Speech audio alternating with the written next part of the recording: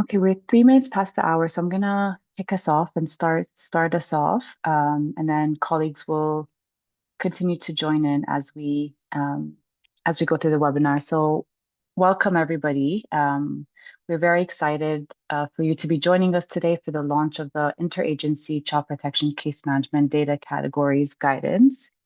As we all know, child protection case management is really at the core of all of our work. But unfortunately, without a shared language, it's very hard for us to be able to compare, to be able to compare data, to be able to coordinate effectively, but also to be able to respond and advocate effectively. So this guidance really helps us fill that gap by helping us work together, strengthen evidence around child protection case management, and then also advocate for programs, especially in light of today's funding climate. Um, so I'll quickly kickstart us off and hand over to Marta, who will walk us through the gaps and the purpose of this guidance. But before that, some housekeeping. Um, we don't have live translation for this webinar, but you can use the captions functions on the Zoom.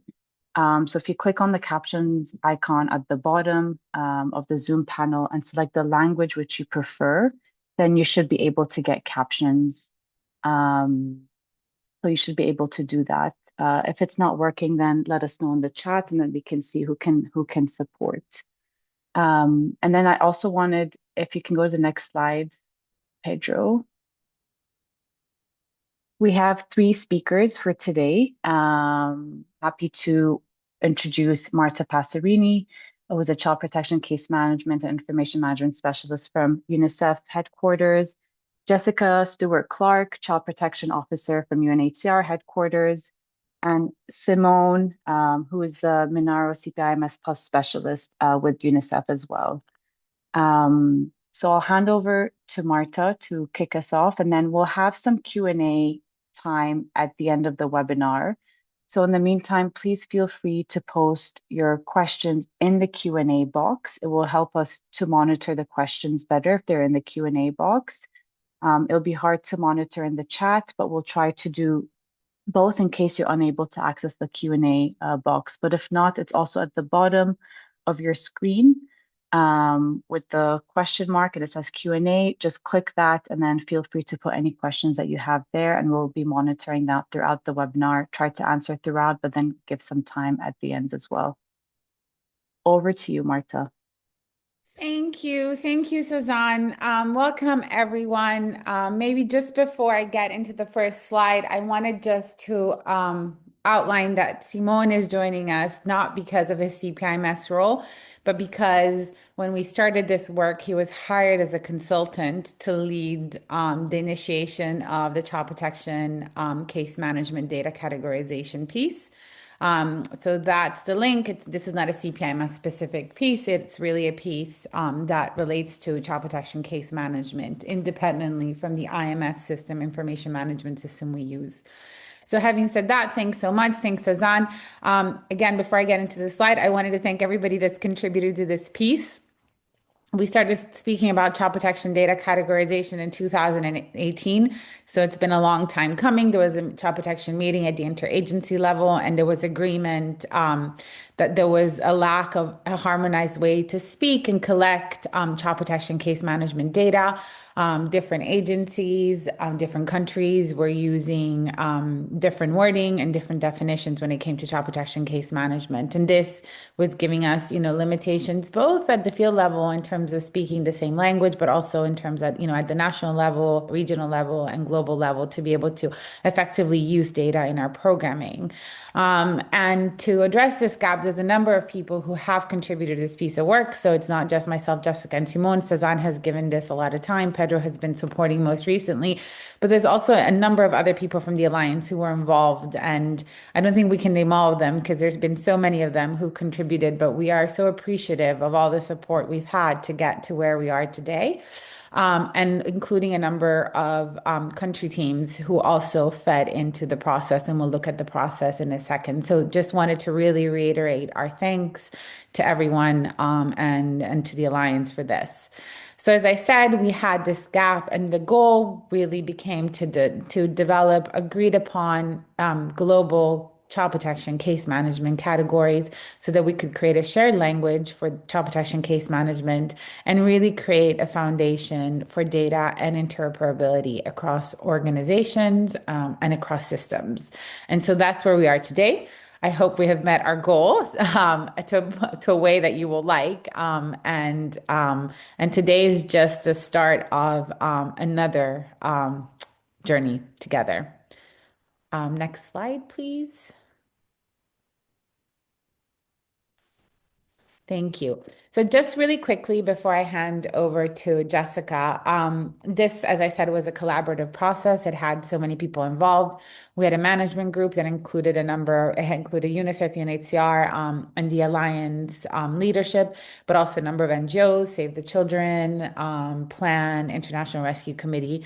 So this management group was created with, as I said, Simone supporting as a consultant to really work on it together.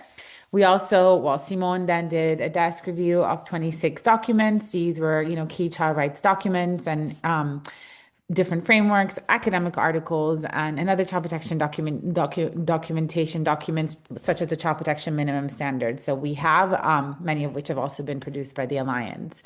And then we did a number of consultations with experts, both in the child protection field, child protection case management specifically, information management, and so on.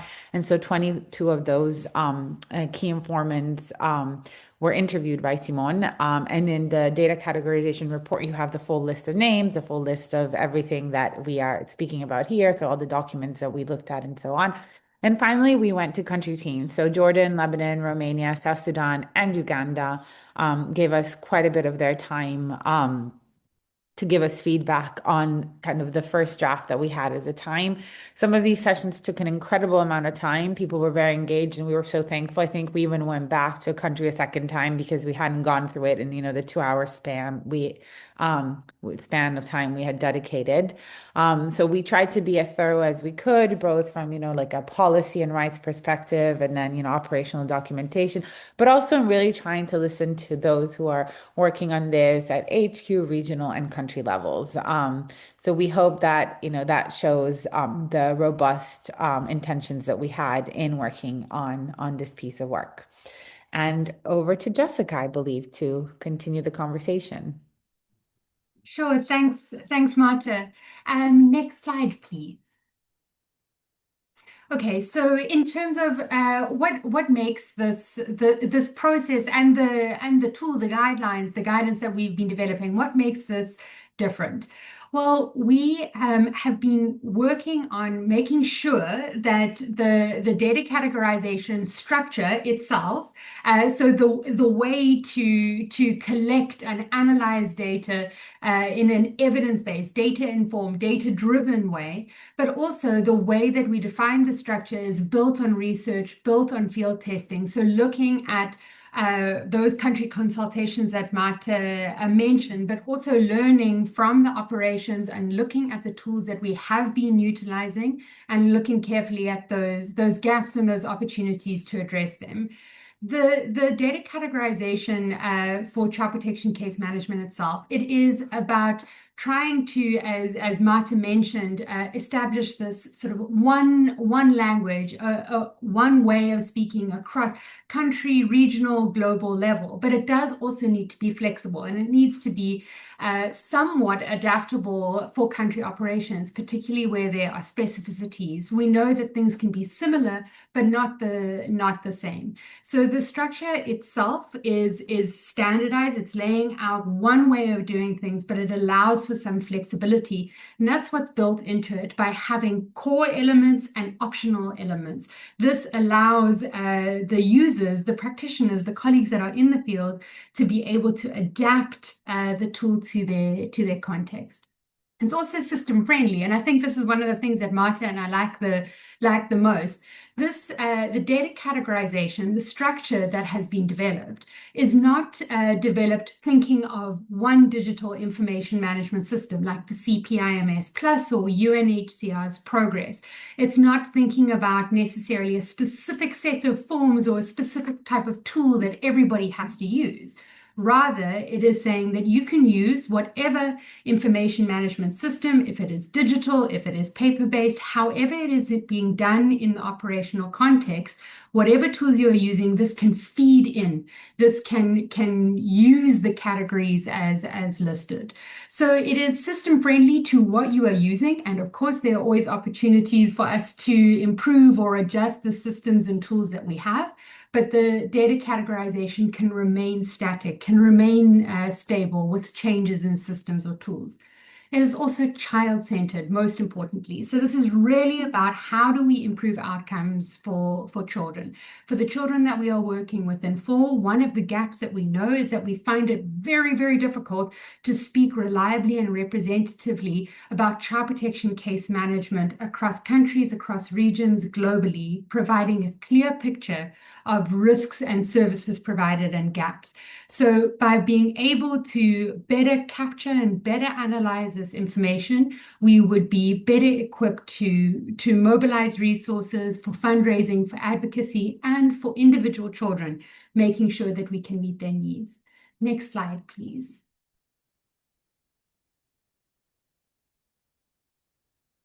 So in terms of how should this guidance be used, and you might be asking now, okay, which guidance are we talking about? We're talking about the guidance on the child protection case management data categorization. So how are you going to use this guidance?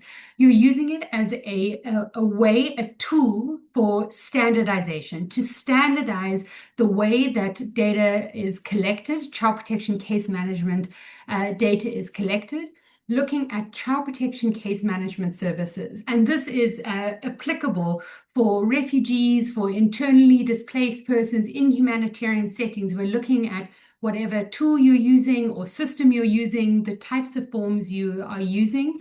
It is a standard way, a tool to collect and categorize case management related data. This should be used to improve our reporting, improve comparability around data sets. We want to be able to get a more representative, a more reliable picture of what is happening in this country or this neighboring country or in this region as compared to this region. So we are trying to set out a uniform way of doing this, and the guidelines can help you to make sure that the data we are collecting, we are processing, we are analyzing is done in a standardized way, regardless of what tools you're using. This is also important for us to be able to link digital information management systems or even indeed offline or paper-based systems. It is a way of supporting without trying to impose on say, this is how you have to structure your system. It is offering a framework, offering a structure which can be utilized to align digital information management systems, or where you may have some differences in systems that they are feeding into the same category. So it is over time, as we can adopt the child protection case management data structure, when we are developing new tools or revising our forms or working on enhancements to digital information management systems, this is where we can put that data categorization into practice in these tools. They will become increasingly more aligned, and that is supportive to interoperability. Next slide, please. So of course then, if that's how it should be used, how should it not be used? So importantly, this tool is not replacing your child protection risk assessments. This tool is not replacing a best interest assessment or even a best interest determination. It's not about assessing the child's risk or looking into their individual situation, defining what their needs are. This is a tool to look at the child protection case management data in a standard, global, uniform way. It does include information about a child individual characteristics, what their vulnerabilities may be, the services they have provided. But it is not a tool to make an assessment. It is actually on the other side of the assessment. Once the assessment has been made, needs have been identified, services have been provided, or maybe those services are not available. How do we categorize that data? So not replacing your case management forms. It is not replacing caseworker judgment. It is not something, it's not a new like AI assistant or a bot that is going to replace what a caseworker has to do. It doesn't make any automatic decisions for you. If you are completing what if you are filtering into the categories, it's not going to automatically produce for you a risk level or an urgency level. It's not going to necessarily say, okay, these are the next steps you need to take. So it's not something that is replacing what caseworkers are doing.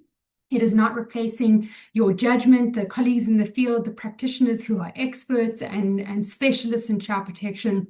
Rather, it is, again, on the other side. So it is being able to categorize the data that we have got from the implementation of case management. It is not doing case management itself.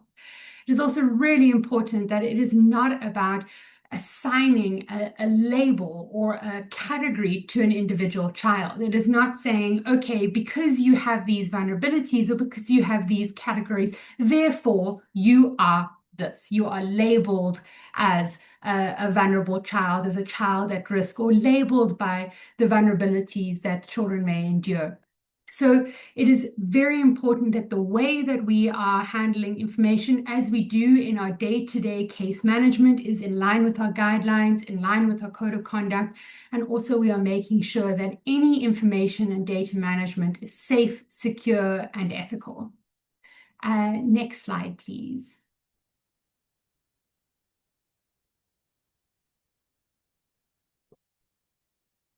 So some of the aspects, you'll see that this is also reflected within the guidance. I'm not going to go in depth with this, but we do pull out specific concerns. One of the really key tools that accompany our data categorization is also of course, the case management guidelines and the interagency data protection and information sharing protocol. This is where we really talk about how do you safely handle children's personal data and that of their parents or caregivers. So this is all about how we handle sensitive attributes with extreme caution. We are responsive and respectful of areas where certain types of information, data, whether it is anonymous or non-personal or not, sometimes anonymous information that is put together can be identifying or can place children at risk. So we're very sensitive about how we handle information and do this cautiously. We also make sure that we are not inadvertently, perhaps unintentionally, but inadvertently highlighting or indeed even targeting specific groups of children in specific locations. Some of those things that you may think of as if we talk about without personal data, with no identifying information, if we talk about a specific group of children associated with an armed group in a specific location at a specific time, that can place those children at further risk. And you can think of that for many other types of child protection case management risks that we do deal with. So all of this is around how we safely and securely, ethically, how we handle information. All of that applies in data categorization. Refer to your case management guidelines, to the UNHCR best interest procedure guidelines, and to our interagency data protection and information sharing protocol. This is how we ensure that confidentiality is upheld at all time and that data protection is applied in all actions relating to the collection, storage, processing, sharing, analysis of children's data. And I think with that, Marta, I think that's where I stop and I hand over to Simone, who is going to tell us exactly what this is. So what is the child protection case management data categorization? What does it consist of and what does it look like? Over to you, Simone. So the categorization is basically built on two main pillars. So this is basically the framework of this categorization. It takes first pillar into account. The first pillar is risks. And this is basically determined by assessing the child's situation of vulnerabilities in relation to a safety or threat that is affecting this child. So on one hand, we have the child's characteristics that causes this vulnerability, for instance. And on the other hand, we have an incident of violence that is affecting this child, that is coming from a certain perpetrator, which consists the safety of the threat, a safety threat. So this leads us to the equation of risk equals safety times vulnerability, whereas a child with multiple vulnerability facing severe threat is, for instance, at higher risk than another child. This is on one hand. The second pillar we based ourselves on is services. So documenting the services that are delivered to the child through case management, meaning also the services that the child is referred to. While looking at these two pillars, we are able to look at trends, understanding on one hand the risks, which help determine which services we actually need, and on the other hand, understanding the services and the service delivery, the service gaps helps us address, basically helps us see how we are addressing those risks, and if we have a holistic response to address those risks. This said, we're not, and while this is informed by social practices, this is not, again, a holistic assessment. A holistic assessment looks also at the capacities and of the child, at the environment of the child, and the capacities of the caregivers. So there is much more elements that goes into the social work assessments. That's why Jessica highlighted earlier that we're not talking here about a holistic assessment, but rather of trend analysis that serves mainly programmatic reviews and programmatic enhancement. So we move to the next slide on this to go more in depth about how we basically categorized these two main pillars. So we have on one hand the child situation of vulnerability. In that, we have the child characteristics, which themselves could put him at higher risk. For example, a child who has a disability, a child who is a female in some situations are at higher, these characteristics put them at a higher vulnerability. Again, this depends on the circumstance. And then we have the household characteristics. So in which constellation the child is living and in which situation. And the third one is the care arrangement. So in which care arrangement is the child headed of household, for example? Is a child unaccompanied, separated? So all this goes into also the situation of vulnerability that could affect the child. And here, the unit of measurements we are categorizing is the child himself. The second aspect is a safety threat. So we saw that these two would define the risk that the child is affected by. So profiling safety threat is going back to looking at incident, a specific incident or multiple incident of violence that the child can undergo. This means type of incident, meaning also types of violence that are included in this incident and the location of these incidents. Along what we considered to be mandatory or main fields, we had also considered some non-mandatory fields or some non-mandatory categories. And in these we look at frequency of the incident, for example, and the type of perpetrator. So these are not essential. These are secondary. If in a context you would like to understand better who is committing this threat on the child, you can look, for example, at the type of perpetrator. And you can look also at the frequency of incidents of one or multiple incidents to understand more and more how this is affecting the risk. On the other pillar, so we are profiling also services. We look here at the type of services that are provided mainly via referrals. through the case management service provision. Again, under services, we can also look, but this is not mandatory, at providers of the service and beneficiaries of the service. And the unit of measurement we're looking at here is the service itself. While when it comes to the incident, we can look also at the incident of violence affecting the child. So how many incidents and which type of incident in each circumstance is affecting the child. So that's when it comes to the categorization. So we'll move to the next slide.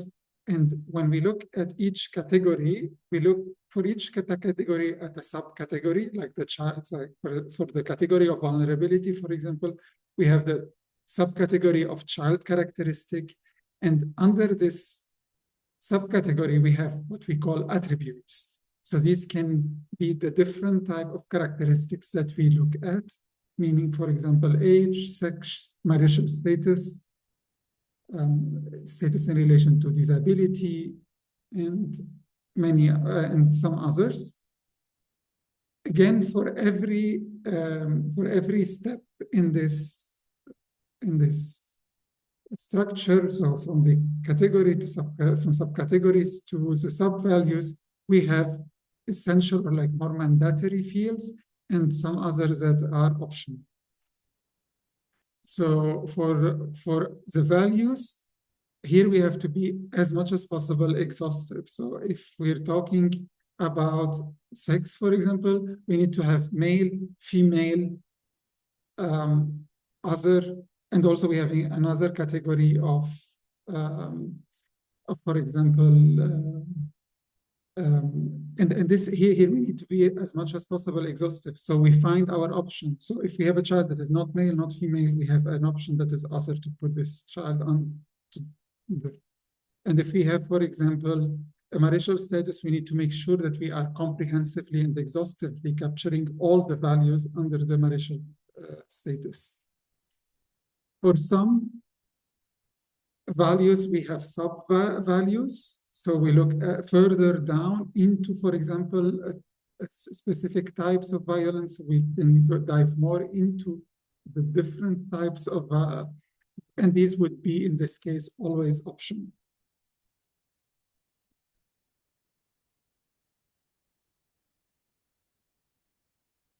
And here I hand back over to Marta to continue taking us through the key aspects of the data categorization. Thanks, Simone. So Simone says we have the risks and we have the services, and the risks have these two big categories underneath, which are the vulnerabilities of the child, which are composed by child characteristics, household characteristics, and the care arrangement, because obviously the child is being cared for or not, and by who would potentially create a vulnerability. Then we have the risks, which looks at actual incidents and the locations and so on, some of which categories are optional. And then we have the services. Now, what do we mean by optional? I just wanted to say that before I get into the next slide. By optional means that the new global child protection case management forms that now already have the categories of data categorization inside have, whenever it's an optional field, you'll see that it's in italic and you can remove it. And this is because there are a number of categories that we realize could put children, their families, or staff at risk. So you're not obliged to keep those. Now, the categories that we think we consider mandatory are in the forms, and we would very much appreciate that we stick to those. Because as you see on this slide, for every single category, so for every child characteristic and sub-values and so on, we have defined it. We've defined the age groups, but we've also defined what we mean, for example, the difference between neglect, the difference between physical violence and abuse, the difference between psychological violence and abuse, the difference between sexual violence and abuse. Now, if you remember, in the past, in the case management form, there was a very long list of child protection concerns, some of which were being used in a very different way by from the country programs. Abuse was used in a way, physical violence was being used in another way. Sometimes they were put together, sometimes they were not. And so what we're really trying to do is streamline the main incidents and define them so that you can find yourself when you're using the forms, but also reporting on those. And the same applies to all the other categories. So child characteristics, age groups, and so on. We have as much as possible standardized it. So I think it's just important to understand that it's been categorized, so framed for you, and it's also been defined, which is the last point here on this slide. And if you look at the link that Sazan shared, there's an Excel sheet which has the categories, and then the document, the guidance that comes with that gives a description, gives all the meat. It gives you all the information that you need to understand those words and why they have been framed in that specific way. I realize that as we're speaking about this, it sounds more complicated than it is, but it really is an Excel sheet which provides a framework and then definitions that go with it. And as I said, they've already been included in the case management forms, and I'll speak to that in a second a little bit more. But what I wanted to highlight, going back to my point around the long protection concerns list that we used to use, is that in the past, when we were collecting the protection concerns, we were not able, for example, to say, these many unaccompanied children, or these many separated children, or these many, whatever the vulnerability what is, we're also victims of violence, or we're also victims of neglect, or we're also victims of violence, neglect, and sexual violence. And what data categorization has given us is a framework for vulnerability, and one for those incidents and the locations, so that we can separate these out and be able to speak about vulnerability, to speak about threats, and to speak about risk in a more organized way, not only for data collection, but also for us to be able to tell a story that these many unaccompanied and separated children were subject to this, that these many girls who were married also received this service. In the past, it was all a little bit muddled together. And now there is that split. So what we have on this slide is that now we could say, this is an unaccompanied minor, and we know they're vulnerable because of this child characteristic. This other child is not unaccompanied; they're accompanied, but they, been a victim of violence. So, they have their risk factor is due to the incident mostly, versus this other child is both vulnerable because they're unaccompanied and they've also been a victim of violence. And now we can separate that out. And we think that is very important because in the past, when we have been able to collect the data, but we've been able to aggregate it, but not put it next to each other, and tell the story of the children that we know that in humanitarian settings are most affected. Again, this data categorization can be applied to a number of settings, but it was developed for the purpose of humanitarian settings. And we know that in humanitarian settings, children face certain risks, and those are the risks that our agencies work towards addressing. And this is why these vulnerabilities and these incidents have been selected to be the priority ones, and the ones that we really want to continue to standardize and work on going forward. Next slide, please. Now, where do we find data categorization? Of course, in the data categorization document, which I recommend all of you look at. You may not want to read the whole document to begin with, but do look at the summary Excel sheet, and then you can go back and look at the definitions when needed. Most importantly, in the forms. So the second edition of the Global Child Protection Case Management Forms, the English ones have been posted for a while, and the Spanish, Arabic, and French translation are almost, should be uploaded soon. We finished the translation, we're checking them. In these forms, we used the data categories to inform them. So you will see that what is in data categorization is perfectly reflected in the forms. Of course, the forms ask other questions. As Jessica and Simone were saying early on, in the forms, we also ask about the strength of the child and the family, and other also details about the child and the family that we decided not to categorize because we thought they weren't as relevant for program planning and program review and child protection case management. However, the fact that they're not standardized doesn't mean that they're not important to the individual social worker and the work they do. So we have the categories that we need for data and programmatic planning and review. And then we have on the form a number of other questions, some which are, closed with closed, open-ended, and, optional choice questions, which are not in data categorization, because again, we felt those were not the ones that we needed to create this kind of robust data flow on. But what is important, and you will see it in the forms, is that when we ask, please don't change this category, it's because that's a data categorization category. And if we start changing and we start adding and we start making tweaks, we will never be able to have standardized data collection and analysis. And right now, we're not always able to tell the story across countries, sometimes across even field locations in the same country program. And we want to be able to do that. And it's not because we just want to collect data, it's because we want to be able to collect data to improve our work and improve the lives of the children that we serve and their families. And so that is why sticking to the categories as much as we can is fundamental. The second bit is in the child protection case management guidelines. So you will see in data categorization, there are a number of pictures that show the different formulas of, what is a risk and, how do the services work and, the child characteristics. So there's a number of visuals in there. Those visuals and the same logic are also included in the child protection case management guidelines, which were updated in 2024. So everything speaks to each other, the forms, the guidelines, and data categorization. They didn't all come out at the same time because obviously we were fine tuning certain bits here and there, but there's alignment across these new and updated tools. So from now on, if you're looking at the guidelines, you will see that the guidelines speak exactly the same language as data categorization. Then just to flag that there was a desk review that was done using CPIMS data from a number of countries. Now, when we looked at the data, which was on anonymous aggregate data, of course, we were not able, we wouldn't have been able to create a report that highlighted what were the vulnerabilities and the threats and the services that children were exposed to and received.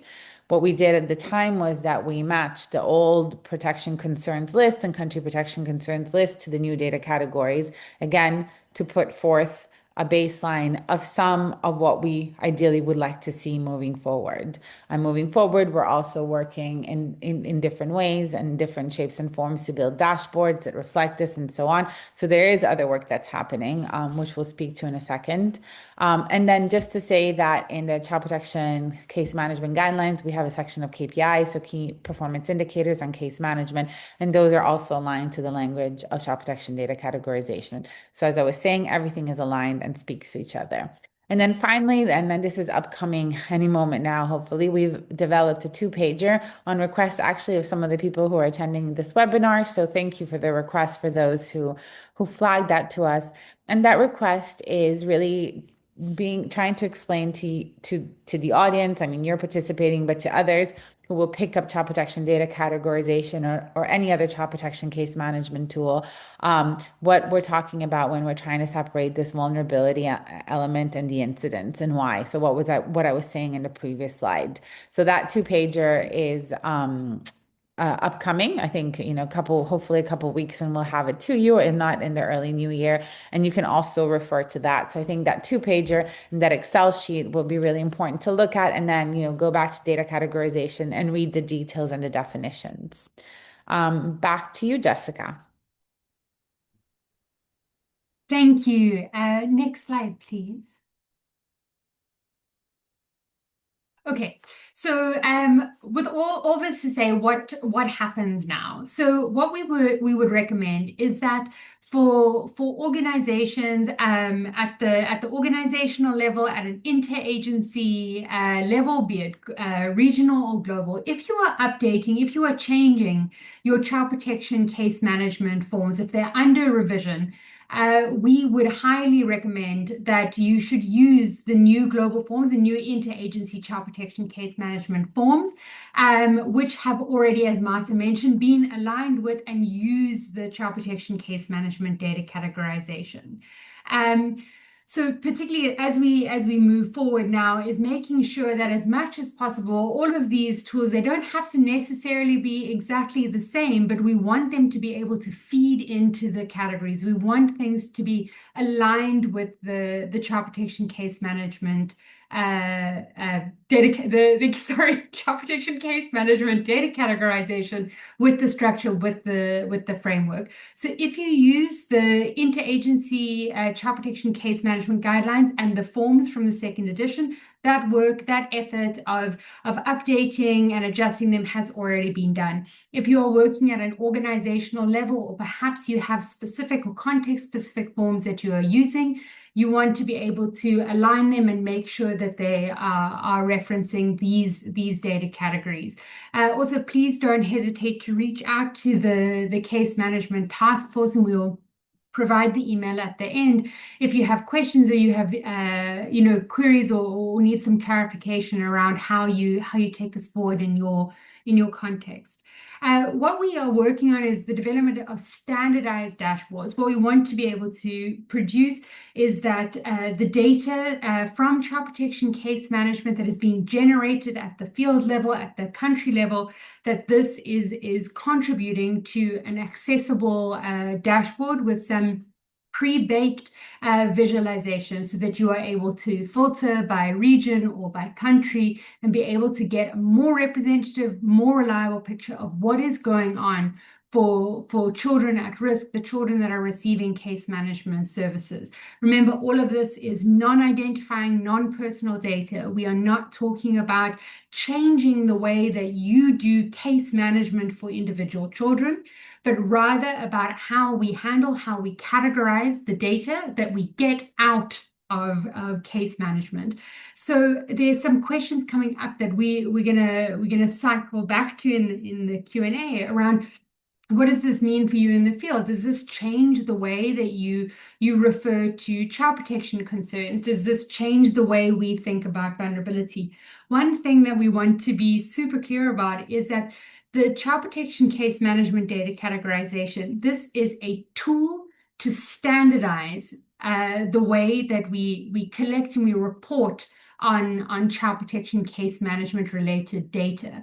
So your guidelines, your case management guidelines, your SOPs, your standard operating procedures, your referral pathways, your information sharing protocols, the how you do case management. The data categorization is not about how you implement case management. It's about how can you categorize, how can we speak in the shared language about the data that is generated from case management. We aim to be able to organize regional clinics and in-depth sessions around emerging from colleagues as you become more familiar with the guidance and as you interact with the Excel sheet that will soon be uploaded, and you start to ask questions. Our big ask in terms of the call to action is to be curious, to be engaged in the process and ask us questions. There is no silly question. We are learning too, so please do come to us if you want to challenge certain aspects. If for some reason it is not applicable in your context, or you want to understand how can something be applied, these are the types of discussions that we are willing to engage in as we build this universal language around child protection case management. Next slide, please. Yes, Q&A. So Suzanne, I will hand back to you because I think there are questions coming up from the chat and from the Q&A. Back to you. Great. Thank you so much, Marta, Simone, and Jessica, for that very comprehensive presentation. Yes, there are some questions that are coming up, which I feel would be applicable across for lots of colleagues. And these questions have already been coming up as some colleagues are already starting to look at the new forms in country. So the first question is thinking about the caseworkers and the social workers and how they should start to understand the new data categories. Because like you said, or like you presented, some things may require a bit of a shift in thinking, right? Because what teams used to previously look at and call child protection concerns as now including the different pillars and looking at vulnerabilities versus incidents, I should say. And now these have been separated into two different categories. So actually, a colleague is raising this, and he's asking, you know, how does this change affect the steps of the case management and the identification process, if at all? And how might it impact how the caseworker or social worker decides which cases should be opened and which do not require case management?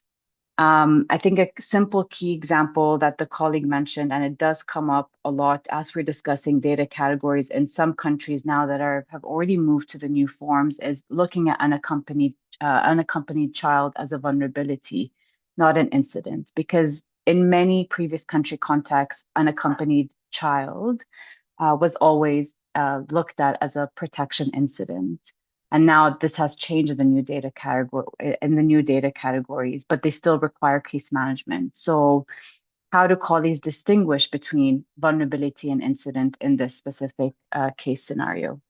I can give it a shot. It's not going to change your child protection case management work. Vulnerabilities are something we address in child protection case management. By no means do unaccompanied children not get case management just because they haven't necessarily also been victim of an incident. But now when we're reporting it, we've separated it out, and the dashboards will be able to separate it out so that we can say, as I was mentioning, I think in a previous slide, that these many unaccompanied children were also victims of incident. Right now, we're not able to create that link because the protection concerns list on most information management systems comes out as a long list. So it's really hard to say this child was unaccompanied and. So unaccompanied was only a lot of the time featuring as an incident, and it wasn't featuring anybody else, also because the forms were being tailored and changed and so on. We're asking you don't change those sections of the forms so that we are able to tell that story. Nothing changes in the way you decide what are the priority risks in your context. Those will change by context, obviously, all the time. We know there's contexts that do have unaccompanied children, some may not. I mean, usually we do have them, but just saying.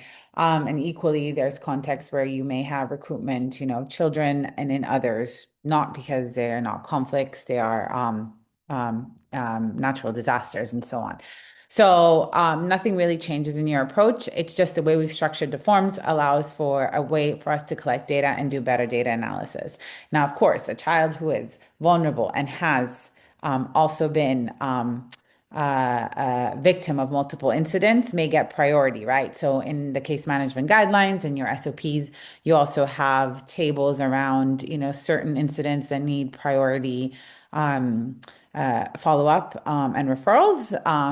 And so then there might be a prioritization, and that may help you would have that in the prioritization. But by no means are we saying that just because a child is vulnerable and has not been the victim of an incident, they should not receive case management. By all means, they should. But again, this allows us to do better planning. When we did the CPIMS desk review, and you can read the report, most countries were not even separating unaccompanied and separated children. It's one tick. So not knowing whether a child is unaccompanied or separated is a challenge, right? And I know the caseworker knows, but we don't know when we look at the data. At the national level, we don't know. We can't tell. And so being accurate about this is really important going forward. And I hope that answers the question. And the two-pager will really help. I think the question was from Bashir. It was Bashir who'd asked for the two-pager. So yeah, it's coming. So Great. just to emphasize, Go ahead. both vulnerabilities and incidents can trigger case management. Okay, so nothing changed in that sense. So both vulnerability or an incident. So if a child is unaccompanied and separated, this can be a reason to provide case management. Or if a child is just victim of violence, but he's not unaccompanied or separated. So nothing changed at that level. The purpose is to basically improve the risk assessment on one end, and the second is to improve data analysis and understanding also how programmatically we can respond and which categories of children we should focus on versus which services also should be provided to which category and at which level. and also to emphasize prevention on one end, but also which services are missing and need to be provided in certain circumstances. So it's just more for data analysis than for social work that this categorization is made, and to help understand whether the service is adequately responding to the vulnerability or the threat. That's a bit the purpose. Great. Thanks, Simone and Marta. Jessa, I'm not sure if you want to add anything or if that covers, I think it covers most of the questions, but let me know if you wanted to add anything. I just wanted to pop in on from the UNHCR and Yes. with regards to best interest procedure. So when we look at the slide, for example, where it was taking us through looking at the characteristics at the units of measurement, we have the child, for example, we have the incident, we have those services. For colleagues who are working in refugee and settings with refugees who are accustomed to the UNHCR best interest procedure, to using best interest assessments or best interest determinations, when we and this is very similar for interagency child protection case management, when you are collecting information in your intake, your identification of a child at risk, when you are starting to capture information on whatever type of form or tool you are using, normally you're starting with who is the child and what is their situation, what is going on, what's happened, or what does the child need, and then looking at what types of services they need. As you move through case management, you're defining your case plan or your action plan. What do we need to do? And then you are starting to make referrals to other service providers or directly provide services. You're following up, okay, this service has been provided, this service is not available in our setting, and so it goes. So when we're talking about the child protection case management data categorization, we're not talking about how you do your case management. And we're all saying the same thing. We're just making sure that it's clear, is that we're not saying, okay, now you need to go and change the steps of your case management, or now you need to change the way that you are implementing services for individual children at risk. Rather, we're saying, imagine sitting with your best interest assessment form that may be partially completed or completed. And there are some of those key data points. The key data points like, okay, you have this child, this is their age, this is their sex, this is their nationality. This is all recorded routinely in the case management that we do in the field.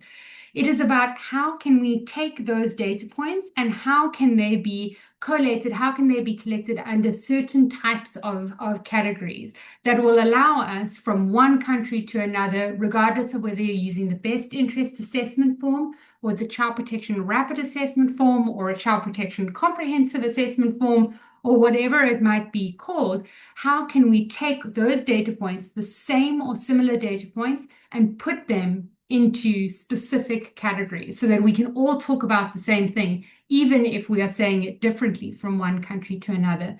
One of the examples that came to my mind, for example, is in countries where, as per the national child protection system, there's different terminology around things. Where we may refer to child marriage in one location, it might be called early marriage in another, or forced marriage in another.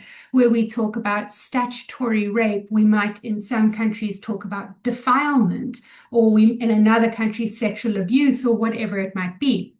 The data categorization is thinking through the same type of lens, saying, okay, we might talk about this differently. It might look different from one country to another, but can they all fit under the same and overall category? Can we put this all, can these different terms or these different ways of describing something, different forms, different systems, can they all be placed under one standard way of doing things? So whenever, if you think to yourself and you're like, oh my gosh, okay, what are we going to have to change? We're going to have to change the way we do case management. First, stop. This is not about how you do your case management. This is about how you handle some of the key data points related to case management so that we can create a more reliable, more representative picture. And I really like this point that Simone and Marta raised in the beginning. We're talking about the outcomes for children. So the whole goal of this is to be able to speak more confidently with more clarity in an evidence informed way about what is the situation for children who are receiving case management. This is not about using their names or their personal information or going into detail about their lived experiences, but about being able to speak reliably about what's going on, what are the vulnerabilities, what are the threats, and some of those characteristics. This is something we haven't been able to do before. So this is what we are building on together.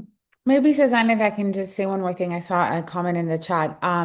There's no rush to move to a new child protection data categorization. We're not expecting you to change the way you work and the way you define things in your context tomorrow. I think there was a comment around, that worry of how do people now internalize this. We're happy to do more clinics based on request. It can be, country-based, regional-based. Do reach out to, I think, Sazan, if you're interested in that, and we'll do more specific sessions. This is just a general introductory webinar. But what I wanted to say is, if you're working in a humanitarian setting and you're using the global forms, then the way you move on to using data categorization is by using the new forms, or at least adapting the incidents and vulnerabilities of the new forms would be a start. There's no pressure to do so. We're not asking people to update their forms and change the way they work, but we know there's countries who are revising forms, new situations where forms are being developed. So if you're updating your forms or you're starting to do child protection case management in a new context or in your country, then please do use the new forms so that you will be aligned to data categorization. I think that's the biggest ask I have. There's a few countries who have already started using the new forms and so are already using the new data categorization framework innately because it's in the forms. And we're really excited to see how that goes. And I see that we're at time. So back to you, Suzanne. Thanks, Marta, Jess, and Simone. I think that question really sums up, I think, a lot of the concerns and the questions that will be coming up. And as our speakers have shared, there won't be a training per se, because I know this always comes up. Will there be a training on data categories? It should be, as Marta, shared, it's already integrated across, the case management guidelines, the forms. So as you train, if you are to do a child protection case management training, it would already be integrated within what you already have in country, because the process itself is not changing, but it's just how we report, right? And the data points and how we analyze. But of course, as a case management task force, we're always happy to kind of support. I know a lot of countries are already raising their hands saying, hey, we want to transition to the new interagency forms, which is great. Please do flag to us, come to us. I posted the case management task force email in the chat. But Pedro, if you can also just show that on the screen, that would be great so colleagues can take note. Do write us. I have my co-lead Eric as well, who was not able to join, but we can then flag to different colleagues who can then support. We can either do an in-country specific workshop or a regional workshop. Again, this is really very much based on the need and requests that come through from you. And then we may be planning more broader clinics, but of course, those broader clinics is more difficult to kind of cover the specificities of each country. So that's in terms of next steps. But as our speakers have shared, please be curious, come with an open mind, do take a look at the guidance, share it with colleagues, look at it in country, start to, again, look through it, try to understand what that means for you in country as well. I think just taking that first step, always helps in terms of coming with a curious mind, because again, this piece really will help improve how we report and support, our advocacy efforts, both at country, at regional, but also at global level, especially with the current funding climate that we're all facing as different organizations as well. So it really helps us to come together to be able to coordinate effectively and really work together and have clear data and evidence that we could present to donors and key stakeholders as well. So thank you all so much, and thank you to all the speakers today. And thank We you, hope there was, Pedro. yeah, and thank you, Pedro, as well in the background helping us to set this up as always. So thanks everybody, and yeah, please again do reach out, and we're ready and here to support.